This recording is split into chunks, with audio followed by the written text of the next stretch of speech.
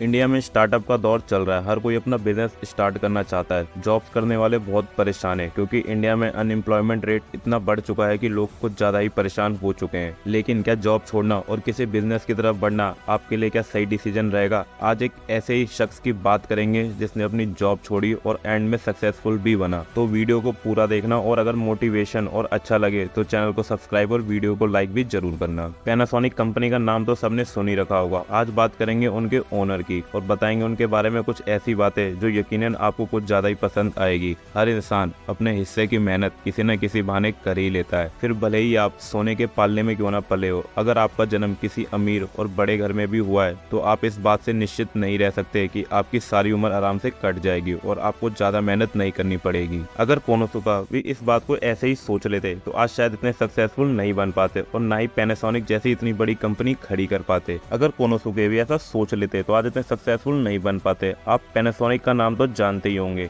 इस कंपनी के बारे में और इसके मालिक से रिलेटेड कुछ खास बातें बताता हूँ, वो आपको मोटिवेट जरूर करेगी। तो चलिए हम आपको बताते हैं कोनोसुके और पैनासोनिक के बीच में कितना बड़ा कनेक्शन है और कोनोसुके ने इस कनेक्शन को इतना मजबूत करने के लिए कितनी प्रॉब्लम्स को फेस किया है। साल 1894 में जापान में एक जगह है वकायामा।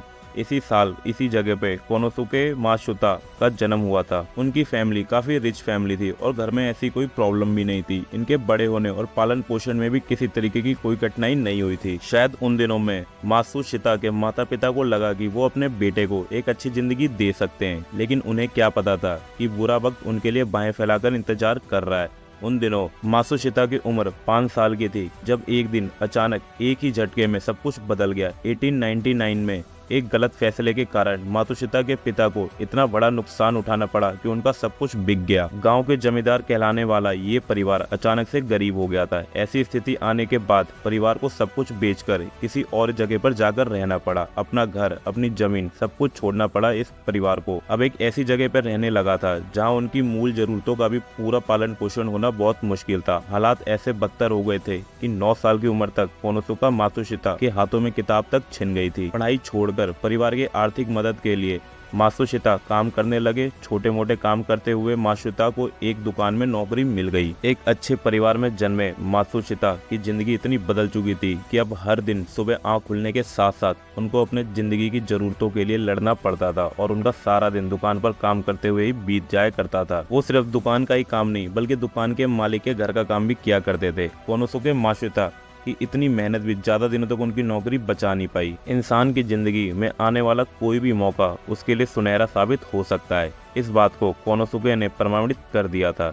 नौकरी के लिए भटकते हुए मात्सुशिता की तलाश खत्म हुई ओसाका इलेक्ट्रिक लाइट कंपनी में। उन्होंने कहाँ सोचा था कि जो काम वो महज पेट भरने के लिए कर रहे हैं उसी का अनुभव उनकी जिंदगी बदल देगा। इसी कंपनी ने इन्हें आगे बढ़ने के कई मौके दिए। कोनोसुका ने शादी करके अपना नया परिवार भी बना लिया था और अपनी जिम्मेदारियों को समझते हुए अपने काम पर पहले से अधिक ध्यान देने लग गए थे। 22 साल की उम्र तक वे इलेक्ट्रिक इंस्पेक्टर बन गए थे। ऐसा नहीं था कि कोनोसुका मात्सुशिता सिर्फ काम करके अपनी जिंदगी चला रहे थे, बल्कि वो काम के साथ साथ कुछ नया बनाने में भी लगे हुए थे। उनकी इसी सोच ने तैयार कर दिया था नया इलेक्ट्रिकल सॉकेट। वे इसे मालिक को दिखाकर इस सॉकेट को प्रयोग में लाने के लिए कहने लगे, मगर उनके हाथ निराशा ही लगी।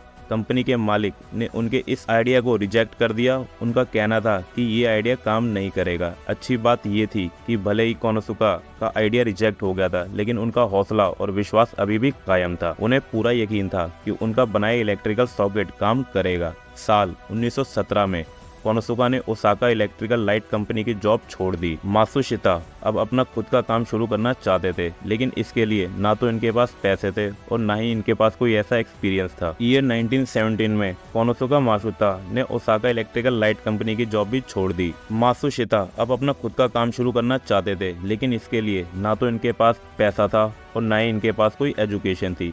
केवल इनके पास अनुभव और एक्सपीरियंस ही था। उनके लिए यही 2 बातें काफी थी। इसी के दम पर उन्होंने घर में बेसमेंट में एक दुकान शुरू कर दी। शुरुआत में कई दोस्तों ने कहा कि उनका ये फैसला सही नहीं रहेगा और वो कामयाब नहीं हो पाएंगे, लेकिन वहीं उनका परिवार उनके साथ फैसले के साथ खड़ा रहा।